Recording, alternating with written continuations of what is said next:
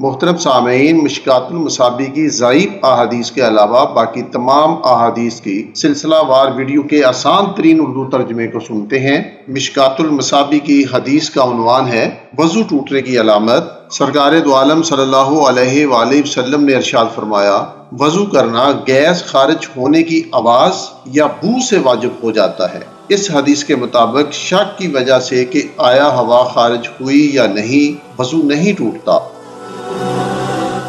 اگلی احادیث کا عنوان ہے طہارت نماز کی چابی ہے۔ سرکار دو عالم صلی اللہ علیہ وآلہ وسلم کا ارشاد گرامی ہے، نماز کی کنجی وضو ہے، یعنی طہارت نماز کے لیے شرط ہے۔ پھر فرمایا نماز کی تحریم دراصل تکبیر یعنی اللہ اکبر کہنا ہے، اور نماز کی تحلیل سلام پھیرنا ہے۔ مطلب یہ کہ اللہ اکبر کہنے ہی سے نماز شروع ہوتی ہے، اور اس دوران میں باتیں اور دوسرے اعمال حرام ہو جاتے ہیں۔ نماز میں جو چیزیں حرام تھیں وہ نماز کے آخر میں السلام علیکم ورحمۃ اللہ کہنے ہی سے حلال ہوتی ہے۔ اگلی حدیث کا عنوان ہے عورتوں سے ان کی پیٹھ پہ صحبت نہ کرو۔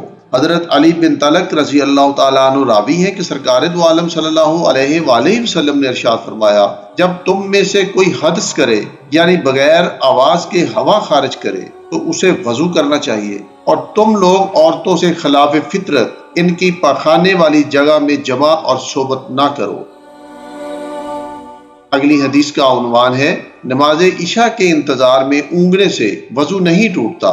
حضرت انس بیان کرتے ہیں کہ نبی اکرم صلی اللہ علیہ وآلہ وسلم کے صحابہ اکرام رضی اللہ تعالی عنہم نماز عشاء کا انتظار کرتے رہتے تھے، حتیٰ کہ نیند کی وجہ سے ان کے سر جھک جاتے، پھر وہ نماز پڑھتے، لیکن وہ نیا وضو نہیں کرتے تھے۔ البتہ امام ترمذی رحمۃ اللہ علیہ نے روایت میں انتظار کے بدلے سو جانے کا ذکر کیا ہے کہ وہ عشاء کے وقت بیٹھے بیٹھے سو جاتے، حتیٰ کہ ان کے سر جھک جاتے تھے۔ جب تک انسان گہری نیند نہ سوئے اس وقت تک اس کا وضو نہیں ٹوٹتا۔ اگلی احادیث کا عنوان ہے شرمگاہ کو چھونے سے وضو واجب ہو جاتا ہے۔ سرکار دو عالم صلی اللہ علیہ وآلہ وسلم کا ارشاد گرامی ہے، تم میں سے جو آدمی اپنے ذکر، عضو خاص یا پیشاب کرنے والے عضو کو ہاتھ لگائے تو اس کو چاہیے کہ وہ وضو کر لے۔ حضرت طلق بن علی المرتضیٰ رضی اللہ تعالیٰ عنہ فرماتے ہیں کہ ایک مرتبہ سرکار دو عالم صلی اللہ علیہ وآلہ وسلم سے پوچھا گیا کہ وضو کرنے کے بعد اگر کوئی آدمی اپنے ذکر یا شرمگاہ کو ہاتھ لگائے تو کیا حکم ہے؟ آپ صلی اللہ علیہ وآلہ وسلم نے فرمایا، وہ بھی تو آدمی کے ہی گوشت کا ایک ٹکڑا ہے۔ معزز سامعین، کسی مرد یا عورت کا کپڑے یا کسی رکاوٹ کے ساتھ اگلی یا پچھلی شرمگاہ کو ہاتھ لگانے سے وضو نہیں ٹوٹتا۔ آپ صلی اللہ علیہ وآلہ وسلم نے فرمایا، جب تم میں سے کوئی شخص اپنا ہاتھ اپنی شرمگاہ کو لگائے جبکہ اس ہاتھ اور اس شرمگاہ کے درمیان کوئی چیز رکاوٹ نہ ہو تو وہ وضو کرے۔ اگلی احادیث کا عنوان ہے آگ کی پکی ہوئی چیز کھانے سے وضو نہیں ٹوٹتا ہے۔ حضرت ام سلمہ رضی اللہ تعالیٰ عنہ فرماتی ہیں کہ میں رسول اللہ صلی اللہ علیہ وآلہ وسلم کی خدمت میں بنے ہوئے پہلو کے گوشت کا ایک ٹکڑا لے کر گئی، چنانچہ آپ صلی اللہ علیہ وآلہ وسلم نے اس میں سے کھایا، پھر نماز کے لیے کھڑے ہو گئے اور وضو نہیں کیا، اور نہ ہاتھ منہ دھویا اور نہ کلی کی۔ حضرت ابو رافع رضی اللہ تعالیٰ عنہ فرماتے ہیں کہ میں گواہی دیتا ہوں کہ میں رسول اللہ صلی اللہ علیہ وآلہ وسلم کے لیے بکری کی کلیجی اور دل وغیرہ بھونا کرتا تھا، آپ نے اسے کھایا، پھر نماز پڑھی اور وضو نہیں کیا۔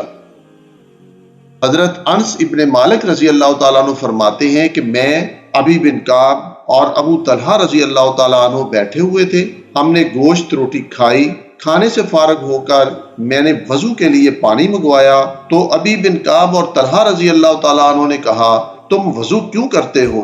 میں نے کہا، اس کھانے کی وجہ سے جو میں نے ابھی کھایا ہے۔ ان دونوں نے کہا، کیا تم پاک چیزوں کے کھانے سے وضو کرتے ہو؟ ان چیزوں کو کھا کر اس آدمی نے تو وضو نہیں کیا تھا جو تم سے بہتر ہے، یعنی رسول اللہ صلی اللہ علیہ وآلہ وسلم نے تو وضو نہیں کیا تھا۔ اگلی احادیث کا عنوان ہے اپنی بیوی کے بوسہ لینے اور اسے چھونے سے وضو ٹوٹ جاتا ہے۔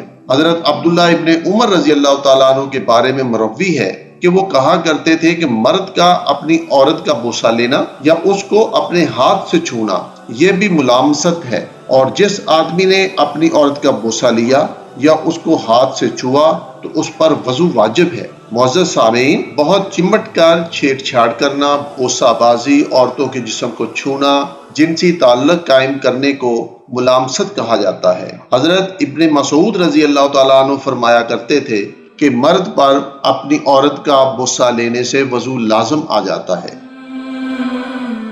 معزز سامعین، پیارے نبی کی پیاری باتیں سننے پر اللہ تعالی ہم سب پر آسانیاں فرمائے۔ اللہ تعالی ہمیں شریعت محمدی پر چلنے کی توفیق عطا فرمائے۔ اللہ پاک ہمیں برے اخلاق سے، بری خواہشات سے، برے دوست سے، برے وقت سے، برے دن سے، بری رات سے، برے ہمسائے سے، جسمانی اور روحانی بیماریوں سے، قرض سے، محتاجی سے، رزق میں کمی سے، ذلت سے، موت کی سختیوں سے بچائے۔ میرا پروردگار میری اس کوشش کو قبول کر کے اسے صدقہ جاریہ بنا دے اور راضی ہو جائے۔ اللہم صلی علی سیدنا و مولانا محمد وعلی آلہ وصحابہ وآہل بیتہ اجمعین۔ الحمدللہ رب العالمین، آمین یا رب العالمین۔